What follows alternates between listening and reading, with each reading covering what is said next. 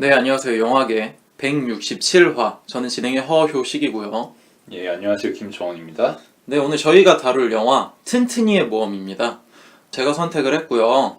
일전에 저희가 튼튼이의 모험의 감독님과 배우분들과 함께 방송을 진행한 적이 있었잖아요. 예. 그때 방송 중에 영화에 대한 자세한 이야기, 저희의 의견을 많이 나누지 못한 부분도 있었고, 감독님과 배우분들이 녹음 이후에 저희의 의견을 좀 들어보고 싶다. 영화에 대한 의견을 녹음해주면 좋겠다. 감사하겠다. 이런 말씀을 해주셔가지고 예. 특별히 저희가 튼튼이의 모험을 167화에 다루기로 했습니다. 네. 그러면은 기본 정보부터 말씀드리겠습니다. 각본, 촬영, 연출, 편집에 고봉수 감독님 혼자 다 하셨죠? 네. 이 튼튼이의 모험이 개봉을 확정을 짓고 광고 촬영을 했는데 레슬링복 있잖아요, 쫄쫄이. 네. 그거를 입고 명동 한복판에서 촬영을 했다고 하더라고요. 네. 새 배우가. 그쵸. 근데 춘길 배우가 그런 이야기를 했는데, 그때 촬영을 하다가 하필이면은 고3 때 같은 반 친구를 마주쳤다고.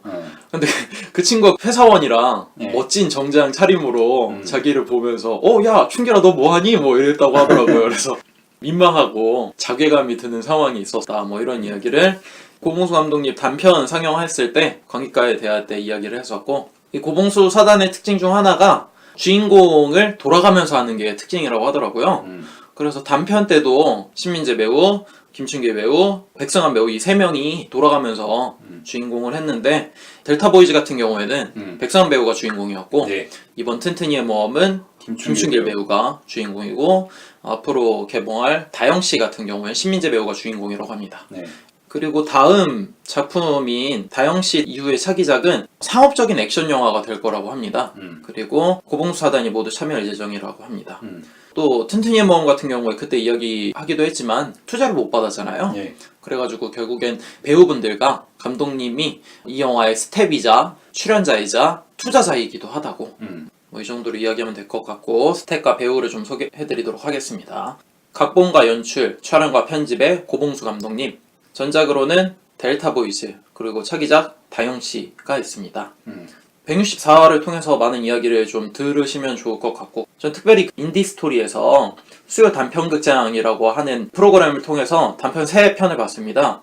G4라는 작품과 홀리테러, 그리고 사면조가라고 하는 총 3작품을 봤는데 꽤 재밌더라고요.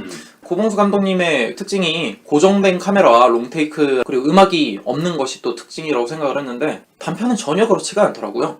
흑백 작품도 있고 영화 내내 음악이 함께하는 영화도 있었고, 핸드헬드를 이용한다든지 카메라를 사선으로 틀어가지고 인물을 잡아준다든지 그런 다양한 카메라의 시도도 엿볼 수가 있었고, 액션, 드라마, 코믹부터 해가지고 다양한 영화들을 보면서 이게 장편에서의 스타일이 단편에서 일관적으로 한 것은 아니었구나. 단편에서도 여러 가지 시도를 많이 하셨던 감독이었구나 라는 생각을 좀 해봤습니다. 그 G4라고 하는 작품이 가장 많이 알려졌을 텐데, 한 30분, 20분 정도 되는 작품인데, 신민재 배우가 주연이고, G로 시작하는 4가지가 이 주인공한테 몰아닥칩니다. 여자친구에 대한 이야기, 친구에 대한 이야기, 그리고 깡패들에 대한 이야기, 그리고 직업에 관한 이야기가 주인공한테 절망적으로 찾아와요. 그래서 그것에 좌절해서 자살을 하려고 하는데, 그 절망적이었던 것들이 어느 순간 G4, 우리가 안주거리로 삼는 G4로 바뀌면서 웃어 넘기면서 다시 삶을 살아간다는 이런 역설적인 의미가 담겨있는 내용의 G4고, 홀리테러 같은 경우에는 흑백 영화인데 백성환 배우가 킬러로 등장하는 영화입니다. 그래가지고 델타보이즈에 나왔던 이웅빈 배우가 연변 사투리를 구사하는 조선족으로 나오고, 이 영화를 통해서 그 백승환 배우가 고봉수 감독과 함께 하게 되었고, 이야기가 굉장히 잘 통해서 백승환 배우의 친구들인 신민재 배우와 김충열 배우가 고봉수 사단이 처음 단편 영화를 찍게 된 작품이기도 합니다. 사면조가 같은 경우가 되게 재밌더라고요. 그 옛날에 막 80년대, 90년대 주택가 보면은 담벼락이 있고, 그 담벼락 위에 쇠창살 같은 거 있잖아요. 도둑들 못 넘어오게. 예, 방범창 같은 거. 근데 김춘길 배우가 방범창에 끼어버립니다, 몸이. 그래갖고 빠져나갈 수가 없는 상황이 돼버리는 거예요. 그래서 이런 사면초가인 상황에서 각 3명의 다른 인물들이 나와가지고 사람이 지금 끼어있는데 다들 막 헛소리하고 자기 얘기만 하고 이런 답답하면서도 빠져나갈 수 없는 여러 가지 비유할 수 있는 상황들을 제시해주면서 독특한 개그 코드를 발휘해주는 영화라서 참 볼만하더라고요. 단편 보면서 느낀 점은 고봉사단만의 케미를 좀 엿볼 수 있는 작품이라는 생각이 들기도 하고 단돈 3만 원 갖고 찍은 영화들도 있을 정도로 영화를 쉽게 찍을 수 있는 방법을 아는 감독이다라는 생각이 좀 들기도 했습니다. 뭐 하여튼 영화를 찍는 것 자체를 즐기는 사람들이구나라는 생각이 좀 들어서 재미있었습니다. 심스 같은 경우는 단편은 못 봤지만 델타 보이즈는 봤잖아요. 네. 뭐 델타 보이즈는 저희가 지난 방송에서도 이야기했지만 서로 다른 개성을 가진 4인방이 모여서 중창대회에 나가는 그런 영화인데 소박하죠. 그리고 대화가 많은 영화인데 그 대화들이 도시 하층민들의 대화라는 게 느껴지고 아주 매끄럽고 자연스러운 대화들이랄까. 특히 주인공과 주인공의 미국 친구가 대화를 나누면서 빈축을 주고 넌 병신 새끼라고 이렇게 면박을 주는 그런 것들 보면은 전혀 섬세한 대화가 아니거든. 그쵸. 근데 그냥 찰지단 말이야. 현실적이고 딱 저 환경의 사람들이 할 만한 대화라는 생각이 들고 비논리적이게 더 타당하게 느껴지는 그런 생동감 넘치는 맛이 있는 영화여서 보는 재미가 있었습니다. 그렇죠. 자꾸 영어를 쓰는 이용빈 배우 같은 경우에는 관객과에 대할 때 잠깐 이야기를 나눴는데 실제로 미국에서 살다가 연기를 한국에서 했고 현재는 미국에 결혼을 하러 다시 갔다고 그러더라고요. 그래서 앞으로는 국내에서 또 다시 연기를 할 수도 있을 것 같다 말씀을 하신 게 있어서 전해드리고 델타 보이즈 보면서 너무 깜짝 놀랐어요. 어떻게 이렇게 단촐한 분위기를 과감하게 대화만으로 몰아붙일 수가 있을까. 참 그게 재밌다는 생각이 들었고 이게 영화가 답답하잖아요. 되게 대책 없고 하지만 되게 꿈만은 가득하고 그런 것들이 몰아붙이는 뉘앙스와 이야기들이 참 재밌더라고요. 사실 우리나라만큼 오디션 열풍이 불어왔고 노래에 미친 나라가 이만큼 많지는 않다는 생각이 들거든요. 슈퍼스타부터 시작된 거지. 그쵸. 그리고 그 흐름을 더 가속화한 게 프로듀서였고 그래서 이 영화에서 나오는 노래에 대한 열망에 대한 에피소드가 굉장히 좀 공감 가는 부분이 많더라고요. 저는 네. 하다못해 전국 노래자랑의 전통도 있지. 그렇죠. 한참 되긴 했지만 그런 작은 것들의 꿈을 갖고 있는 사람들에 대한 이야기인 것 같기도 해서 참 재밌었고 옥탑방에서 벌어지는 에피소드들도 생활 밀착형이라 재밌기도 했는데 마지막에 끝까지 불러주는 곡의 느낌이 절절하게 다가오더라고요. 결국 중창 대회는 무산되고 옥탑방에서 그들의 꿈을 노래할 뿐이지만 그것을 봐주는 우리가 있다는 거 그게 참 어떤 마음으로 이 영화를 찍었고 어떤 마음으로 이 영화를 보여주고 싶었는지 이런 사람들이 얼마나 많은지 뭐 그런 거에 대한 이야기인 것 같아서 되게 가볍게 시작하고 소박한 이야기 같지만 다가오는 무게가 가볍지만은 않았다. 보면은 라면을 먹는 장면이 너무 많이 나오잖아요. 근데 스미스가 이야기해준 게 아직도 기억이 나는데 그 친구가 라면처럼 물린다고 라면 먹는 거 너무 물리잖아요 거기서. 그렇지. 그러니까 주인공하고 주인공의 미국 친구하고 라면 먹는 씬이 한 대여섯 번 있잖아. 그쵸. 그러면서 라면 질린다는 이야기가 거듭해서 나오지. 그쵸. 근데 사실은 그게 그 미국 친구에 대한 피로감이기도 하잖아. 이 새끼 존나 질리는 새끼라고. 그러면서 그 질리는 라면을 먹고 있는 거지. 라면과 이 친구는 한 쌍인 거고 그 조합이 참 적절하다는 생각을 했어. 직관적이고 즉흥적인 선택들이 참 잘 됐다. 거기서 저는 한 번 더 생각을 해보면 중창단에 새로 합류하게 된 신민재 배우가 연기한 생선가게 알바 그 친구가 자꾸 먹을 걸 사들고 오잖아요. 술도 사오고 그러니까 마치 그런 거 보면서 삶이 라면처럼 너무 지겹고 너무 물리는데 꿈이라고 하는 것이 가끔씩 이렇게 달달한 맛을 주면서 삶을 살아갈 의지를 주는 것 같은 느낌도 들고 이게 근데 대단한 거라고 생각하고 사지만 사실 남들이 보기엔 그냥 바카스일 뿐이라는 거지. 그쵸. 그냥 소주 하나일 뿐이고 그냥 집에 들고 오는 치킨일 뿐이고 근데 그런 걸로 살아간다는 거지 사람들이. 그치. 영화가 되게 비언어적으로 전달해주는 것들이 되게 많다. 감독님과 배우분들이 의도하진 않았지만 이미 내재되어 있는 그런 소품과 소재거리들이 많다라는 생각이 들었고 튼튼이 모험도 비슷하지 않나 그런 생각을 좀 해봤습니다. 그렇죠. 네, 그러면은 배우분들 소개로 넘어가도록 하겠습니다. 춘길 역할의 김춘길 배우, 전작으론 청춘, 정담, 헬머니, 연평해전 등에 나왔습니다. 네. 대부분 뭐 조연이거나 단역으로 나왔습니다. 네. 제가 신일중 신일고를 나오면서 꼭 야구부 친구들이 있어요. 얼굴이 까매가지고 머리가 짧아가지고 소리를 되게 잘 지르는 딱 야구부 같은 느낌이 좀 들었습니다. 이번 튼튼이의 모험에서 또 레슬링 부원이니까 그런 느낌이 들어가지고 아 이거 딱 봐도 레슬링부 너무 운동부 같다라는 생각이 들어가지고 비록 88년생이시지만 고등학생 운동부에 적합한 페이스가 아니었나 그런 생각을 좀 해봤습니다. 네. 하여튼 김주기 배우 같은 경우에는 지금 봐도 소리를 굉장히 잘 지른다. 발성이 좋다라는 생각이 들었고 인디 스페이스에서 단편 영화 볼 때 뭐 이런 얘기를 하셨는데 너무 인상적인 얘기가 있더라고요. 튼튼이의 몸 개봉하면서 소감을 이야기한 장면이 있었는데 이렇게 말씀하셨습니다. 원래 기대가 크면 실망이 크기 때문에 되게 사람들이 기대를 낮추려고 한다고. 근데 본인은 정반대로 하고 싶다고. 이번 튼튼이의 모험에 거는 기대가 엄청나게 크고 크게 흥행 못하면 크게 실망을 하고 마음을 다잡을 거다. 뭐 이런 말씀하셨는데 굉장히 튼튼이의 모험의 주인공스럽지 않습니까? 말 자체도. 그래서 이 영화가 연기를 한 게 아니라 반은 본인 이야기구나라는 생각이 들 정도로 성격이 확실한 느낌을 받아가지고 되게 깊은 인상으로 남아있어서 이야기해봅니다. 다음으로는 진권 역할의 백승환 배우, 전작으로는 설계, 뷰티 인사이드의 단역에 출연한 바 있습니다. 네. 굉장히 잘생기셨죠? 홀리 테러 같은 경우에도 킬러로 나오시는데 잘생기셨더라고요. 곧 외모로 다른 영화에 캐스팅되지 않을까 뭐 이런 생각도 해보긴 하는데 네, 뭐 거기까지. 다음으로 혁준 역할의 신민재 배우, 델타 보이즈 같은 경우에는 되게 쌍팔년도에 나올 법한 아재 느낌의 그런 연기였는데 이번 작품 같은 경우 흥을 깨기도 하고 초를 치기도 하고 얄밉게 구는 양아치 연기잖아요. 되게 둘 다 어울려가지고 참 재밌었습니다. 다음으로는 코치 역할, 상규 역할의 고성환 배우, 감독님의 삼촌이라고 하셨죠. 비전문 배우라고는 상상을 못할 정도로 연기를 너무 잘하시더라고요. 그리고 이번에 방송하기 위해 다시 한번 봤는데 진짜 배우 같다라는 생각이 좀 들더라고요. 너는 기술이고 너는 체력이야. 그냥 뭐라 해야 되지? 이 코치니까 전문적인 얘기를 해야 될 거 아니야.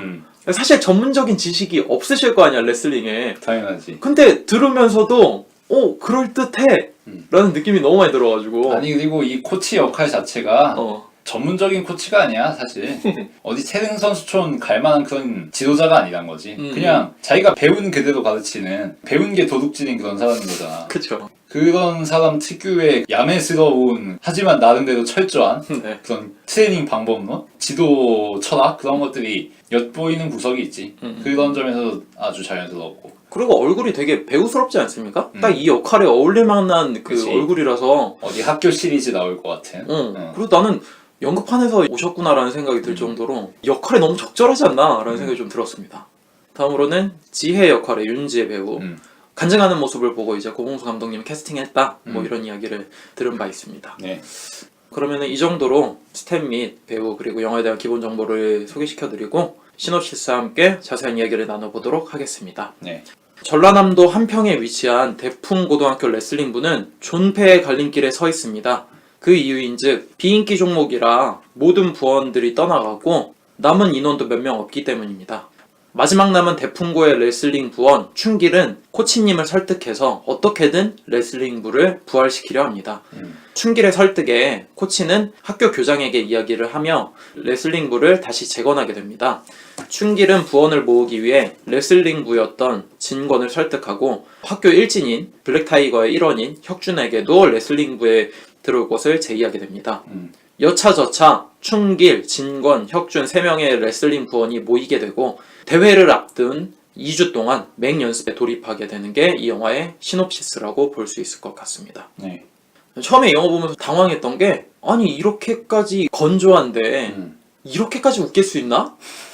라는 생각이 들었어요. 뭐 사실 개그 코드가 다른 분들도 있을 수 있겠지만 저는 이 영화의 개그 코드가 너무 잘 맞더라고요. 그리고 영화 어느 정도 흐름을 넘어가다 보면 한 씬 한 씬, 한 컷 한 컷 웃기고 싶어서 너무 안달라 하는 모습이 좀 보여가지고 여백의 미도 좀 볼 수 있지만 그 여백 속에서 어떻게든 웃음을 전달하려고 하는 가득 찬 느낌이 보여가지고 실험적이기도 하고 과감하기도 하고 참 재밌다, 참 웃긴다라는 생각이 좀 들면서 그 가운데 뼈대 같은 이 튼튼이의 꿈을 응원하고자 하는 이야기가 녹아들어 있는 게 가슴 아프기도 하고 뭔가 응원하고 싶기도 하고 중간중간에 또 웃기기는 하고 참 여러모로 재미있는 영화라는 생각이 들었습니다.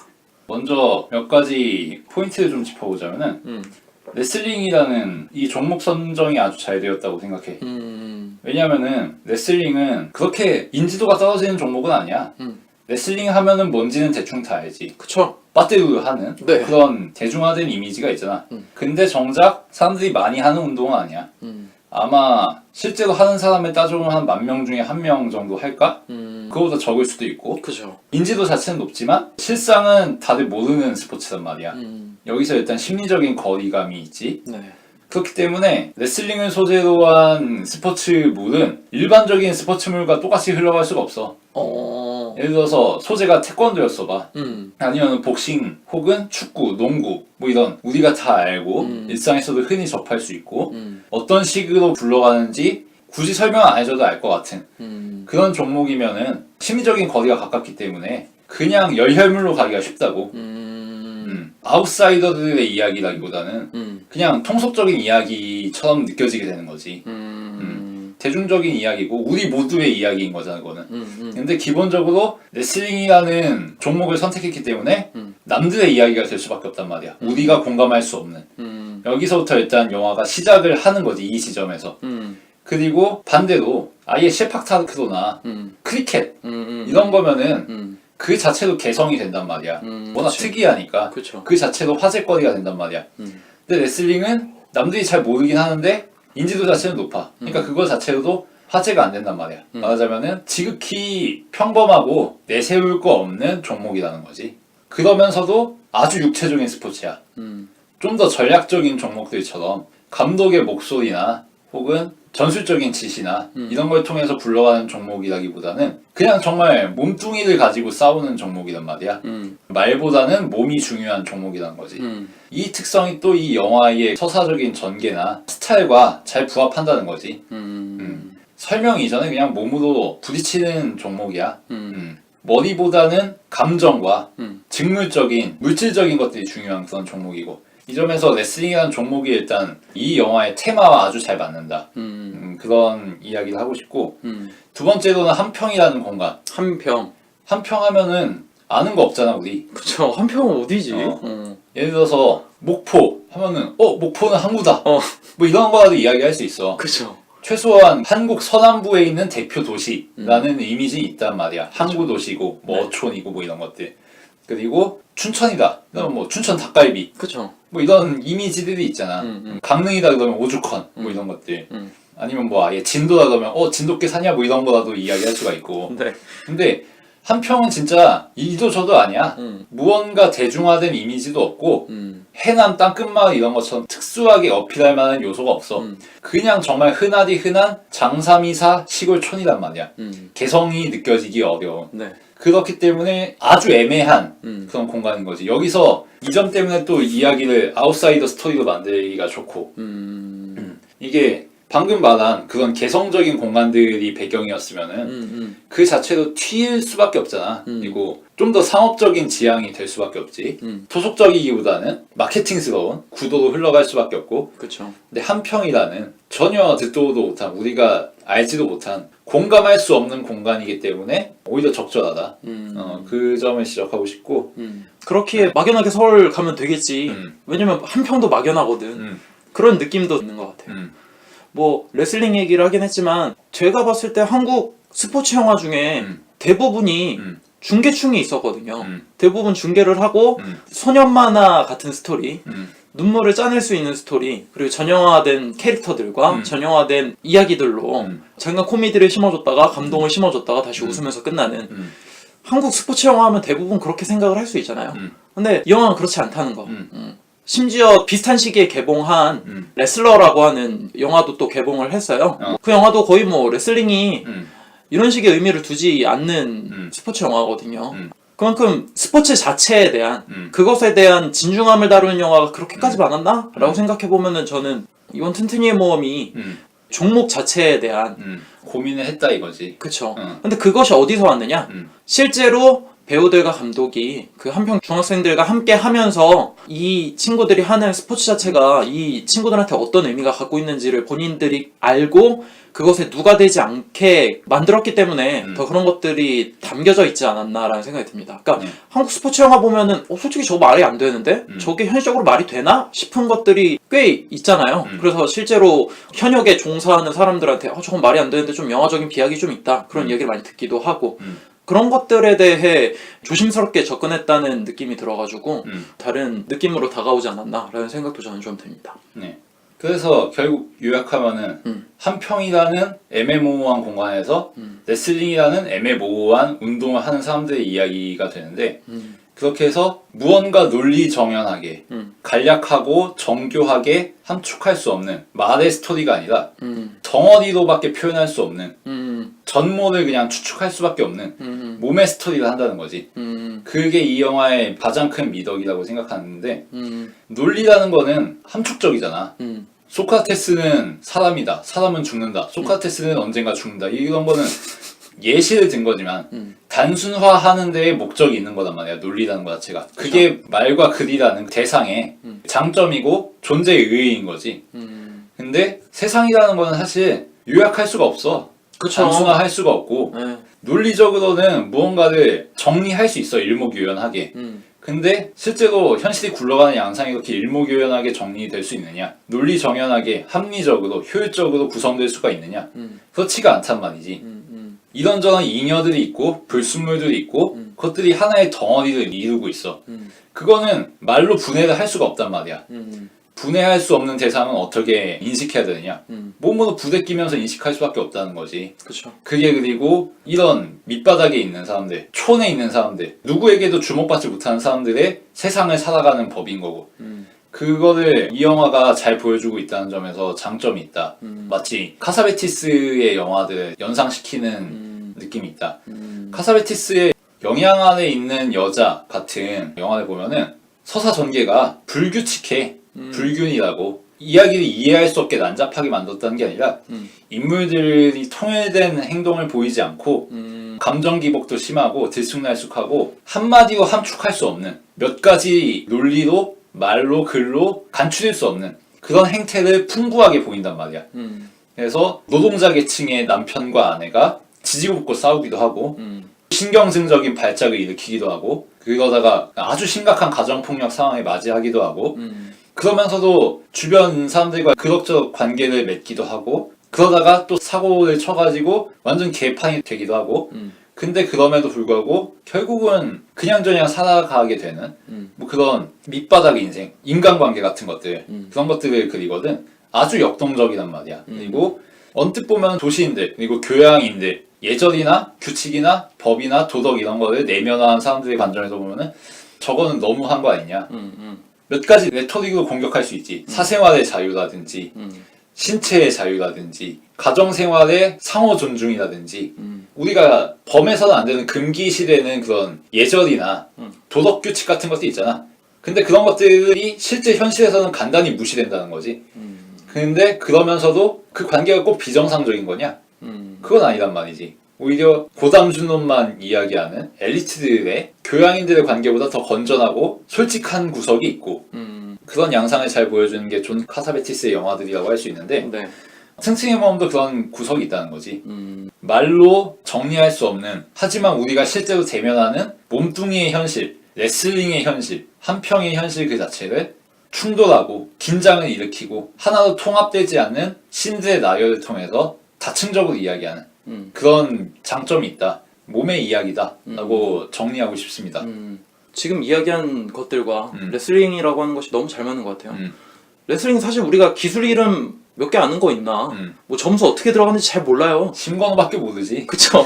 근데 레슬링 하는 사람들의 표정 또 사람의 몸이 넘어가거나 사람의 몸이 눌리거나 그런 걸 보면서 아 누가 유리하다 누가 불리하다라고 생각하게 되잖아. 아주 선명하지. 직물적이고. 그쵸. 그런 덩어리째 다가오는 몸의 이야기가 스미스가 이야기한 그런 것들과 잘 매칭이 되지 않나 그런 생각을 좀 해보게 됩니다. 그렇지. 예를 들어서 아버지와 춘길의 관계, 아버지와 코치의 관계, 코치와 제자들의 관계, 코치와 교장의 관계, 그리고 뭐 춘길과 진권과 민재 사이의 관계, 그리고 그 사이에 개입하는 뭐 동네 깡패들의 블랙타이거 뭐 그런 존재감이라든지 그런 것들 한마디로 간추릴 수 없거든. 뭐 민재의 집안 같은 것도 그렇고 민재와 민재의 형의 관계, 민재와 민재 누나의 관계 그런 것들도 불건전하다 싶은 구석도 많아. 네. 저거는 좀 아니지. 저거는 좀 고쳐야지. 이렇게 쉽게 말로 재단할 수 있는 부분들이 많단 말이야. 근데 가만 뜯어보고 한 걸음 물러나서 이 그림이 전체적으로 굴러가는 걸 보면은 그것도 나름의 삶의 방식이거든. 몸과 몸의 대면 방식이고 레슬링의 방식이란 말이지. 한 평에서 살아가는 방식이기도 하고 그러니까 이 영화가 갖고 있는 소재와 이 영화의 주제의식이 아주 잘 맞닿아 있다는 거지. 소재 그 자체가 주제가 되는. 아주 모범적이네요. 그렇게 생각하니까. 다른 이 특징에 대해서 또 이야기를 좀 해보고 싶은데 델타보이즈도 그렇고 튼튼이의 몸도 그렇고 가장 두드러진 특색이 고정된 카메라와 롱테이크잖아요. 무슨 의미가 있을까 저번에 한번 물어봤을 때 경제적으로 비용을 아끼기 위해 카메라를 고정시키고 배우들을 믿기 때문에 롱테이크로 갔다라고 말씀하셨는데 꼭 그런 것 같지만은 않다는 생각이 들었어요. 이 영화에서 보여주는 특징 중에 하나가 오디오가 겹친다는 거죠. 그리고 사람들이 말을 할 때 한 번에 알아듣는 경우가 거의 없어요. 한 4번, 5번, 막 심하게는 10번을 얘기해도 못 알아들어갖고 막 라면을 집어 던지고 막 발차기를 하고 난리를 쳐요. 그렇게 해야지만 알아듣는 사람이고 그렇게 해야지만 소통이 되는 사람들이란 말이죠. 자기 주장을 정확하게 할 수 없으니까 라면 냄비를 집어 던져야만 상대에게 자기 뜻을 이야기할 수 있고 자기 의사를 밝힐 수 있는. 근데 이게 진짜 현실이라는 거지. 우리 현실에서 대화할 때 너무 답답해서 안 되니까 같은 얘기 반복해서 하게 되잖아요. 그치, 그래서 군말 붙고. 네, 그래서 막 군말로 계속 밀어붙이기도 하고 이런 논리 피고 저런 논리 피기도 하고 그러잖아요. 중언부언하지. 네, 그게 당사자면은 계속 답답한데 사실 옆에서 보는 사람이면은 지켜보는 입장이란 말이지. 그때 이 사람들의 모습이 좀 답답하기도 하고 웃기기도 하잖아. 그 사람들이 고생하는 걸 보면 딱 그런 카메라의 움직임인 것 같다라는 생각이 드는 거지. 고정돼 있으면서 이 사람들의 답답함을 가까이서 보면 답답하지만 멀리서 보면 웃기는 그런 효과로서의 카메라가 고정되어 있는 느낌이 들기도 하고 옆에서 실제로 다큐멘터리를 보는 듯하게 이야기를 하기 때문에 이런 카메라와 롱테이크가 적절하지 않았나. 그리고 그것들을 믿어주는 배우들과 연출자의 믿음이 있기 때문에 이런 것들이 가능하지 않았나 좀 생각이 들었고, 두 번째로는 음악이 제거되어 있다는 거. 델타보이즈도 그렇고 이번 영화도 그렇죠. 근데 다영씨 같은 경우에는 제가 얼핏 정보를 듣기론 영화는 못 봤지만 흑백의 무성영화에 음악이 처음부터 끝까지 나온다고 하더라고요. 참 신기하죠? 처음 데뷔하고 그 다음 나온 후속 작품이 음악을 완전 제거했는데 이번에는 대사를 제거하고 음악만 가득 넣는다는 거 보면은 참 이것저것 다양하게 시도하는 감독이라는 생각이 드는데, 델타보이즈도 그렇고 튼튼이의 몸도 그렇고 결국 자전적인 이야기가 강하잖아요. 감독 본인의 이야기가 될 수도 있고 배우분들 본인에 대한 이야기가 될 수도 있고. 그런데 딱히 이런 것들을, 자전적인 이야기를 슬픈 감정으로 봐달라든지 우리를 응원해달라든지 이런 느낌을 주고 싶지 않았나 봐요. 그래서 음악을 뺐다는 생각이 들거든요. 왜 우리가 흔히 영화를 보거나 드라마를 보거나 그럴 때 되게 슬픈 장면에선 슬픈 BGM이 나오고 그런 BGM을 상상하게 되잖아요. 그것조차 제거를 해버리면서 자전적인 이야기를 더 진지하게 담아냈다는 거지. 상대한테 우리의 감정이 얼마나 슬픈지, 우리의 감정이 얼마나 절박한지 그런 것들을 강요하고 싶지 않았다는 느낌 때문에 본인들의 이야기를 얼마나 진정성 있게 보여주고 싶었는지에 대한 의미로 음악을 제거하지 않았나라는 생각이 좀 들더라고요. 카메라 포지션을 바꾸지 않고 롱테이크로 찍는 것도, 음악의 개입이 없는 것도 어찌 보면은 이 모든 걸 통제하고 있는 누군가가 있다는 증거를 남기는 거기도 하지. 영화에서 카메라가 인물의 언행에 의해서 바뀌어야 정상이잖아. 그쵸. 근데 안 바뀌어. 안 바뀌는 거는 왜 안 바뀔까? 안 바꾸는 사람이 있으니까 안 바뀌는 거겠지? 그쵸. 음악도 음악이 나와야 되는 타이밍인데 음악이 안 나와. 음악을 안 넣는 누군가가 있으니까 안 나오는 거겠지? 그럼 이 누군가는 누군가? 감독이란 말이지. 그쵸. 그럼 감독은 왜 이런 식으로 자신의 존재감을 드러내는가? 무슨 존재감인가 이건? 관찰자로서의 존재감이라는 거지. 오히려 카메라를 움직이지 않고 음악을 넣지 않음으로 인해서 이 모든 사태를 관찰하고 지켜보고 있는 감독의 존재감이 드러난다는 거지. 그럼으로써 이 영화에 대한 감독의 태도가 전달이 되는 거고, 이 영화를 나는 간섭하지 않겠다. 이 영화에 나오는 사람들의 이야기에 개입하지 않겠다.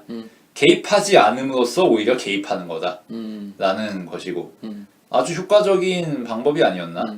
그래서 저는 이 영화 보면서 과연 이 감독이 그리고 이 배우들이 어떤 마음가짐으로 이 영화를 찍었나 너무 궁금했거든요. 근데 다행히 우리가 개봉하기도 전에 이 영화를 먼저 접하게 되고 배우분들과 그리고 감독님과 이야기를 나눌 수 있는 기회가 생겼잖아요. 그래서 마지막으로 깨달은 게 이 촬영 현장이 독특하고 특별했구나라는 생각이 들더라고요. 스미스의 말대로 음악을 제거하고 카메라 움직임을 제거함으로써 관찰자가 있다는 것을 강조하고 있거든요, 이 영화는. 한마디로 그 감정에 녹아난다는 거지. 그 배우들의 연기를 쳐다봐주고 이야기의 흐름을 지켜봐줄 뿐이라는 거지. 그러면서 어떠한 감정을 갖게 되는지를 몰아붙이지 않고 스스로 생각하게끔 만들어줬다는 것이 이 영화에서 새롭게 잡을 수 있는 촬영 현장이 아니었을까 생각이 들고, 그만큼 카메라를 의식하지 않고 스텝을 의식하지 않고 연기를 펼칠 수 있는 그런 분위기와 그런 자연스러움이 있었기 때문에 이 영화에서 나오는 연기들이 연기 같지 않고 거의 다큐멘터리가 아닐까 싶을 정도로 그냥 생활에서 있었던 것을 촬영한 것 같은데 라는 생각이 들 정도라는 거지. 그리고 계속해서 놀라는 지점은 비전문 배우들의 연기라고 할 수 있잖아요. 비전문 배우들이 연기를 하는데 이렇게까지 어색하지 않고 그냥 극 중의 인물 그 자체를 그려냈다는 것은 얼마나 이 촬영 현장이 부담이 덜했나? 그리고 얼마나 자유스러웠나? 버프 걸어주는 거지. 그쵸. 그리고 얼마나 진짜 그들의 이야기였나? 라고 하는 것을 한 번 더 담아냄으로써 카메라는 그런 움직임을 가질 수밖에 없었고 음악은 제거될 수밖에 없었고 비전문 배우들이었지만 비전문 배우가 아니라 자신의 삶을 그냥 말하고 있고 이야기를 하고 있는 것을 그냥 그 자체를 담아냈고 그것을 이야기의 편집점으로 끼워 넣었을 뿐인데도 이야기가 되었다는 것 자체가 독특하고 오묘한 매력이 어떻게 완성되었는지를 다시 한번 이야기해주는 것 같다는 생각이 들었습니다. 그래서 말하고 싶은 거는 카메라가 움직이지 않는다고 움직이지 않는 게 아니다. 카메라가 존재감을 드러내지 않는다고 존재하지 않는 게 아니다. 오히려 카메라가 고정돼 있고 음악이 나오지 않기 때문에 역설적으로 가장 존재감 있는 카메라가 되고 존재감 있는 음악이 되는 거다 라고 이야기를 하고 싶어. 예를 들어서 상업 영화들 보면은 네. 규칙이 있잖아. 그죠. 어느 타이밍에는 롱샷으로 찍고 어느 타이밍에는 미디움으로 찍고 어느 타이밍에는 클로즈업을 해주고 이런 게 규칙이 다 있단 말이야. 그걸 그쵸. 또 조합하는 규칙도 있고 그러면서 카메라가 여기저기 움직이지. 근데 그 과정에서 카메라의 존재는 있느냐? 그건 아니라는 거지. 물론 카메라가 여기저기 바뀌면서 가깝게도 보여주고 멀게도 보여주니까 이게 카메라가 일하는 거 아니야? 라고 말할 수 있어. 근데 그거는 진짜 카메라가 물리적으로 일할 뿐인 거고 샷에서 카메라가 주도적으로 하고 있는 게 뭐냐 이거지. 그냥 대상에 따라갈 뿐이지. 그쵸. 대상이 보여지는 모습을 반영하고 있을 뿐이지 카메라 스스로 뭘 하고 있는 게 아니란 말이야. 종속적인 거지 말하자면. 근데 튼튼이의 같은 경우는 카메라가 안 움직여. 그럼으로써 오히려 무게중심이 잡히는 거지. 카메라가 갖고 있는. 카메라가 왜 굳이 그걸 일일이 따라가야 되지? 카메라도 나름의 존재 의의가 있는데 카메라의 존재 의의는 뭐냐면은 이 모든 것들을 열심히 관찰하고 살려주는 거야 라고 이야기하는 거지. 그 점에서 카메라 워킹이라는 환상에 젖지 않아야 한다. 그런 이야기를 하고 싶네요. 반대되는 지점이 드니 빌레브가 아닌가라는 생각이 좀 들어요. 이글아이 샷으로 쫙 빼주고 이스트는 롱샷으로 안개 좀 깔아주고 이렇게 쫙 멋진 연출해주잖아요. 음악 배경으로 쫙 깔고 그것과 정확히 반대되는 지점 아닐까 그런 생각이 듭니다. 그 비주얼의 뭐 마술사 장점이라고 하는 것들이 대부분 감정과 분위기를 몰아치기 위해 종속이 되어버리는 카메라 움직임들이잖아요. 그런 것과 정확히 반대 지점에 있기 때문에 재밌다는 생각이 들고, 요즘 한국 영화는 대부분 카메라 움직임이 그렇지 않습니까? 상업적으로 몰아붙일 때 막 사람 울게 할 때는 완전 인물 가득 채워서 담아버리고 뭐 희생당하는 사람들 보여주고 음악도 그렇고 그런 것들이 너무 물리고 더 이상 영상이 나한테 감정을 강요하지 않았으면 좋겠다라는 생각이 들 정도로 감정 과잉을 몰아붙이게 하는 영화들이 많다는 생각이 들었는데, 이 영화 튼튼이 호모 그리고 델타 보이즈는 전혀 그렇지 않아가지고 너무나도 신선할 수밖에 없었던 상황이라는 생각이 들었습니다. 뭐 덧붙이자면 그런 게 사실 카메라가 노예가 되는 거지. 그 카메라가 찍고자 하는 오브젝트, 장면, 대상의 시종 역할을 하는 거 아니야? 카메라가 주인이 아닌 거지. 오히려 가만히 있으면 주인이 될 수 있는데 상대방을 존중해줌으로써 이렇게 얘기하면 웃길지 모르겠지만 저는 홍상수랑 비슷한 생각이 들었던 게 카메라가 고정돼 있잖아요. 그런데 홍상수 영화의 대사는 다 홍상수 스타일이야. 뭔가 문어체도 그렇고 말하는 것도 자연스럽지 않아. 근데 거기서 오는 홍상수 영화의 스타일이 있는 거거든. 근데 이 영화 같은 경우에는 전혀 그런 스타일이 없어. 감독의 스타일로 대사를 뱉지 않아. 각각 그 인물들의 현실에서의 보이는 그 모습으로 대사를 뱉는데, 심지어 어느 정도냐면은 애드립을 칠 때 서로 친분 관계가 있으니까 이 새끼 또 지금 촬영하고 있는데 평소에 애드립을 지금 영화에서 하고 있네 때문에 피식 웃는다는 감정이 들 정도로 그 배우들 그 모습 그대로를 그냥 카메라를 고정해서 관찰을 해주고 있거든. 그러니까 이게 되게 묘한 지점이 분명히 영화를 보고 있는데 이 사람들의 현실의 상황과 현실에서의 그 고단함이나 슬픔이 살짝 녹아들어 있는 거야. 그러니까 되게 미묘한 선인 거지. 이게 자칫 잘못하면 그들끼리 재밌는 에피소드나 씬이 될 수가 있는 거고 또 영화에서 벗어나는 이야기가 될 수가 있으니까 되게 아슬아슬한 지점인데 그것들을 이 팀 자체의 케미로 해결해가고 있구나. 그러니까 고정되어 있는 카메라를 쓰는 건 동일하지만 홍상수와 보여주는 연기가 또 이것을 잡아먹는 것이 달라서 새로운 재미가 있는 것 같다는 생각이 좀 들었습니다. 뭐 그거는 감독의 목적의 차이지 사실. 홍상수는 자기 이야기를 하려는 사람이잖아. 그쵸. 영화에서. 자기가 자기 영화에 출연하는 거를 자기 카메라로 담아서 자학 개그를 하면서 사람들을 자기 영화로 끌어들이는, 이 영화를 보는 순간 너네도 이 홍상수 월드에 있는 거야 라고 말하는 그런 사람이 홍상수인 거고. 그죠. 그에 반해서 튼튼이몸은 관찰자로서 이 무게 중심을 단단히 지키면서 자신이 바라보는 것들을 남들에게 공유함으로써 전달이 되는 거니까. 그 점에서 롱테이크라고 똑같은 롱테이크가 아니고 감독의 목적이 제일 중요하다. 거기서 감독의 스타일과 관점이 나오는 거다 라고 정리할 수 있을 것 같아. 네. 보면서 감정적으로 저의 삶에 좀 와닿는 부분도 있었고 제 과거의 일에 울컥하는 부분들이 있었는데 일단 튼튼이로 보이는 춘길이 울컥하더라고요. 레슬링을 잘 못해도 자기 적성이라고 이야기하면서 어떻게든 레슬링부를 살리려고 이사님한테 편지를 쓰기도 하고 코치님한테 매달리기도 하고 아버지랑 계속해서 싸우는데 한 번은 라면을 엎게 되잖아요. 그 과정을 보면 너무 답답하잖아요. 아니 뭐 이제 2주만 한다 그랬는데 2주도 허락을 안 해주니까 소리를 치게 되고 라면 그릇이 이게 엎은 게 아니라 상다리 하나가 부러지면서 엎어지잖아요. 너무 울컥하는데 다음 장면이 바로 운동을 하는 장면이에요.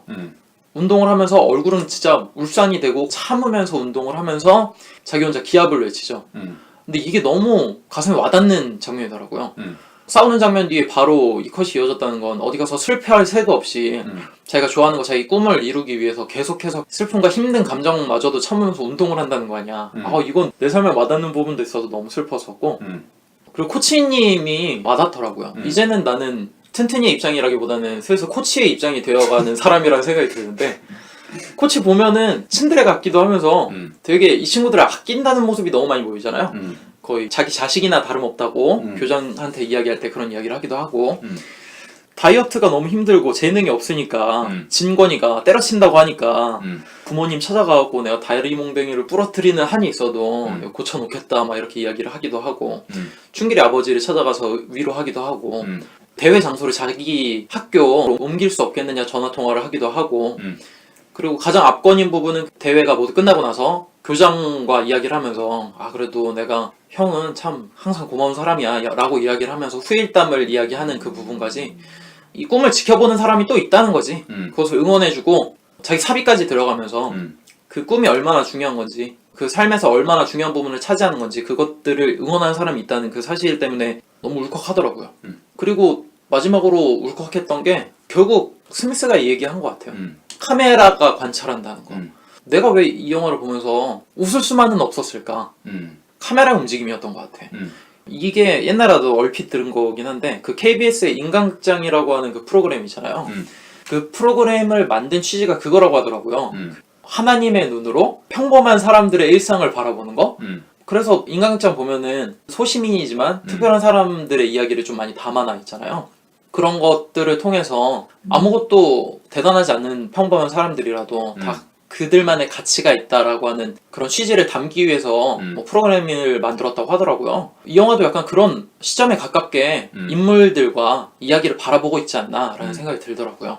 춘길이가 열심히 운동을 한 장면, 낙법을 하는 장면들을 멀찌감치 객관적으로 바라봐주고 노가다 하는 장면이랄지 방구석에서 뒹굴거리면서 만화책을 보는 장면이라든지 이럴 때 그냥 가만히 쳐다봐 주는 거예요. 이 인물들이 어떻게 살아가는지. 그러다가 감정의 요동을 치는 장면들은 가끔 클로즈업도 해주고 때로는 버스에서 그 코치와 춘길이를 담아내기 위해서 멀찌감치 거울을 통해서 그들을 비춰주는 장면도 보게 되고 아버지와 아들이 서로 고함을 지르면서 대립할 수밖에 없는 상황에선 어떻게 할 수 없어서 카메라를 고정시켜놓고 그냥 가만히 쳐다봐줄 수밖에 없는 상황들. 그런 것들이 참 카메라가 관찰을 해주고 있구나. 이 친구들의 삶을, 이 친구들의 이야기를, 꿈을 그런 존재감 있는 그 카메라가 너무나도 울컥하게 만드는 그런 요소로서 작용을 해서 그런 이야기를 좀 세 가지로 나눠서 해봤습니다. 뭐 그렇다고 그 사람들이 또 올바르고 순수하게만 관계를 맺는 건 아니기도 하지. 뭐 코치가 제자들을 이끌어 간다고 해도 목숨을 걸진 않을 거 아니야. 그쵸. 비슷하게 교장이 코치에게 야, 형이 할 만큼 했는데 뭐 이 정도면 된 거 아니겠니? 라고 말은 하지만 정말 죽도록 할 만큼 한 건 아니겠지. 그냥 적당선에서 할 만큼 한 거라고 봐야 되는 거고. 코치도 아 내가 형님에게 미안하지 라고 하면서도 아쉬움이 없겠어? 아유, 아쉬움이 있을 거야. 근데 그럼에도 불구하고 또 한편으로는 아 그치 형도 이 정도면 할 만큼 했지 라는 마음도 있는 거고. 그치. 그리고 그 사이에서 굳이 판정을 할 필요가 없다는 거지. 원래 세상 사는 게 그런 거고 우리가 무슨 혁명가도 아니고 종교인도 아닌데 어떻게 그렇게 순수하게만 레디컬하게만 논리적으로만 무언가 할 수 있겠냐. 세상 사는 게 다른 거고 관계라는 게 다른 거고 이 정도면은 서로 익스큐즈 하고 가는 거지 라는 그런 상식선에 몸의 대화 이런 것들이 좋았다. 그럼에도 불구하고 마지막으로 좀 단점을 좀 이야기하고 싶은 게 있는데 그 덩어리째 다가오는 서사에 비해서 곁들여지는 에피소드들이 좀 가볍다 라는 생각이 안 들 수는 없더라고요. 뭐 쥐약이라든가. 네, 그쵸. 블랙 타이거 같은 경우에는 이야기를 진행하기 위해서 존재하는 소재잖아요. 그치. 다리가 부러지는 건 그냥 사고로 처리해도 되는 거긴 한데 사실. 그쵸. 사실 맨 처음에 술집에서 블랙 타이거 1원끼리 싸울 때 보면은 상황이 어처구니 없긴 하잖아요. 물론 싸우는 장면이 현실적이고 재밌기는 해요. 아 저러다 싸울 수 있지라는 생각이 들긴 하는데 그때 애들이 그렇치고. 네, 조금 그런 면이 없잖아 있었고 지혜랑 있을 때 싸우는 장면을 보면 혁준이의 모습과 그 언행이 뭐 시골이니까 그럴 수도 있잖아. 그렇긴 하지만 꽁트스러운 에피소드 때문에 비약이 있지 않나라는 전원일기 보는 느낌. 네. 그리고 스미스가 방금 얘기한 그 다리가 부러질 수밖에 없었던 중건이 그 에피소드는 스포츠 영화에서 시련을 심어주기 위한 장치에 불과하잖아요. 다리가 부러져도 좋다. 네. 울컥하긴 하지만 가벼운 맛을 잊을 수는 없다. 지울 수는 없다라는 생각이 좀 들었습니다. 예.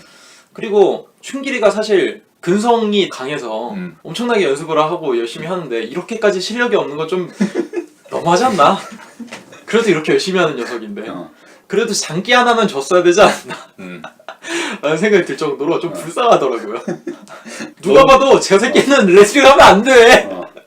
너무 말도 안 되게 못하지. 아빠가 빡칠만해. 아빠가 솔직히 그 레슬링 하는 거 안 봤겠어. 몇 번 봤겠지. 근데 이 새끼 답답해갖고 지 실력도 모르고 5년 때 저러고 있으니까 얼마나 답답하겠어. 솔직히 답답하지. 그리고 또 진건이가 제일 마르고 키도 크고 그런데 감량을 해야 된다는 것 자체가 설정이 좀 꽁트스럽긴 하잖아요. 나머지 두 배우는 배도 나오고 그랬는데 너는 됐어. 근데 너는 이 새끼 감량 안 해 마른 사람한테 그런 얘기한다는 것 자체가 굉장히 좀 꽁트스러운데 그것이 쥐약까지 이어지는 에피소드가 된다는 거는 많은 부분을 할애해주지 않았나라는 생각이 들었어요. 물론 쥐약 때문에 벌어지는 이야기가 이 이야기의 하이라이트라고 볼 수도 있긴 하지만 좀 많은 비중을 주지 않았나 뭐 그런 생각이 들면서 물론 그것 때문에 다리가 부러지는 게 너무 울컥하기는 하지만 그런 다소 가벼운 부분들이 없지 않아 있었다. 물론 B급 영화를 표방하기 때문에 허용되는 90년대식 서사긴 하지만 다소 아쉬운 소재거리로 끝나지 않았나 그런 생각이 조금 들긴 합니다. 네. 슬슬 이 정도로 마무리를 하면 될 것 같죠? 네. 저는 아까도 말씀드렸지만 레슬링부가 부활한다는 소식을 듣고 춘길이 혼자 바닷가였나요? 폭죽을 터트리면서 되게 좋아하는 장면 있잖아요. 그 장면 되게 소박하면서 무겁게 다가오더라고요. 나도 옛날에 성악했을 때 연습할 때 되게 일희일비 했었거든요. 노래 잘 될 때는 세상이 내 것 같이 좋았고 노래 안 될 때는 내 세상은 끝났구나 싶을 정도로 하루하루가 되게 일희일비했는데 그런 과거의 생각이 들면서 소박하지만 되게 이쁘다 라는 생각이 들었고 또 한 장면 아까도 얘기했지만 춘길이가 아버지랑 싸운 다음에 막 친구한테 한탄도 할 법한데 그러지 않고 혼자 그것을 꿋꿋이 삼켜내면서 체육관에 와서 혼자 꿋꿋이 운동하고 울음을 참아내면서 기합을 넣으면서 자기 자신이 다 잡는 장면을 보니까 마음이 동하면서 이것저것 생각이 들더라고요. 참 이 두 장면을 명장면으로 뽑고 싶고 2010년 이후에 봤던 코미디를 표방했던 영화 중에는 최고지 않았나 라는 생각이 들고 다소 가벼운 에피소드들이 아쉽기는 하지만 그럼에도 한국 영화에 있어서 이런 시도는 너무나도 참신하고 좋았다라는 생각이 들고 앞으로의 많은 튼튼이들을 응원하는 영화가 아니었나라는 생각이 듭니다. 그런 의미에서 저는 별점을 4점 줄 수 있을 것 같습니다. 저희가 앞서 지적하지 않은 요소 중에서 하나를 이야기하자면은 다문화 가정인 소재로 또 등장하죠. 그리고 이것도 살펴볼 만하다 싶었던 게 사실 다문화 혹은 이민자 이야기 이런 거는 최근 인디씬에서는 꽤 진부해진 선택이지. 아, 그죠. 그래서 사실 이 소재가 나왔던 것만으로도 아, 또 다문화냐? 라고 생각할 수도 있단 말이지. 근데 이 영화 같은 경우에는 정당화가 돼. 이 좌충우돌하는 영화의 전개와 스타일 자체가 이 다문화 가정이라는 튀는 맥락도 위화감 없이 섞여 들어가게 한다. 특히 필리핀 출신의 가정주부와 그 가정주부에게서 태어난 아이들과 연애 상대와 뭐 그런 인물들 간의 상호작용 속에서 이게 자연스러운 요소로 포섭되거든. 대조하기에 적당하다 싶은 게 죽여주는 여자. 죽여주는 여자 보면은 다문화, 필리핀, 코피노 이거를 팬시로 쓴단 말이야. 그쵸. 인권적인 대상, 윤리적인 대상, 언더도그마적인 대상으로 활용한단 말이지. 그래서 우리에게 도덕적인 반성을 요구하는 아니, 코피노 불쌍해 엉엉엉 뭐 이렇게 근데 이 영화에서는 굳이 그렇게 가지 않아. 필리핀 출신이고 홀로 남아서 재혼을 준비하고 있든 어쨌든 그냥 그 사람도 나름의 인생을 살아가고 있는 다른 사람들과 똑같은 주체라는 거지. 굳이 뭐 피해자도 아니고 무언가 영화의 핵이 돼야 되는 그런 것도 아니고 그렇지만 그럼에도 나름의 삶의 애환 같은 건 당연히 있고 다 쿨하게 넘겨버릴 수 있는 그런 건 아닌 거지. 그런 점에서 적당한 균형점을 찾지 않았나. 그래서 결국은 영화의 그런 균형 감각, 밸런스 그런 게 잡혀있을 때 이 소재들이 위화감 없이 어우러질 수 있다. 소재가 무엇인지 자체는 중요하지 않다. PC스러운 이야기를 한다고 정체성 정치스러운 이야기를 한다고 해서 다 진부하지만은 않다. 이것들을 적절히 극적 요소로서 배합하고 나름의 고유한 목소리를 불어넣을 수 있으면은 꼭두각시가 아니라 작품 세계 내에서 자기 동력을 가지고 살아가는 존재로서 충실하게 묘사하면은 설득력이 생긴다. 그게 그리고 이 영화 자체의 작법이 그렇다. 라고 이야기를 하고 싶고요. 네. 사실 좀 이런 작법이면은 영화가 되게 냉정하게 하거나 따뜻하지 않을 수밖에 없는 작법인데 참 묘한 것 같아요. 되게 따뜻하고 웃기게끔 이 작법을 활용한다는 것 자체도. 네. 뭐 인물들의 희노애락을 가감없이 보여준 다음에 희망적인 인물들의 미래에 대한 자세 이런 걸 보여주니까 따뜻함이 느껴지는 거겠지. 네. 이 정도로 마무리를 하면 좋을 것 같습니다. 이제 저희가 방송이 올라갈 때쯤 개봉을 하고 CGV에 많이 걸릴 것 같은데 뭐 오랜만에 강추하는 영화라고 해도 되겠죠? 네, 스미스 군도 추천하고 저도 오랜만에 추천할 수 있는 한국 영화라는 생각이 듭니다. 최근에 한국 영화 한 게 거의 없었죠. 홍상수 작품 빼고 놓고는 거의 없었는데 버닝이 있었구나. 지금 버닝마저도 호평했던 스미스가 추천하는 영화입니다. 네, 버닝보다 10배 정도 나은 것 같습니다. 네. 그지들에 대해서 영화를 찍으려면 버닝보다는 튼튼이의 모험처럼 찍어야지. 많은 분들이 보셔서 이 현실의 튼튼이들을 응원하고 각자 힘내는 시간이 되었으면 좋겠습니다. 저희 오늘 영화계 들어주셔서 감사합니다.